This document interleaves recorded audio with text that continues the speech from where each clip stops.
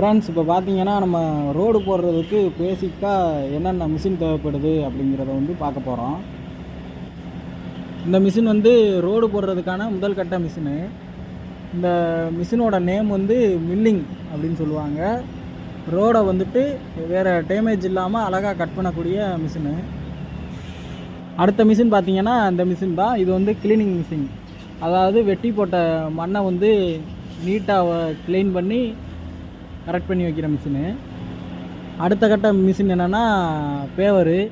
இதை வச்சு தான் நம்ம வந்து பிரிமிஸ் இழுக்க போகிறோம்.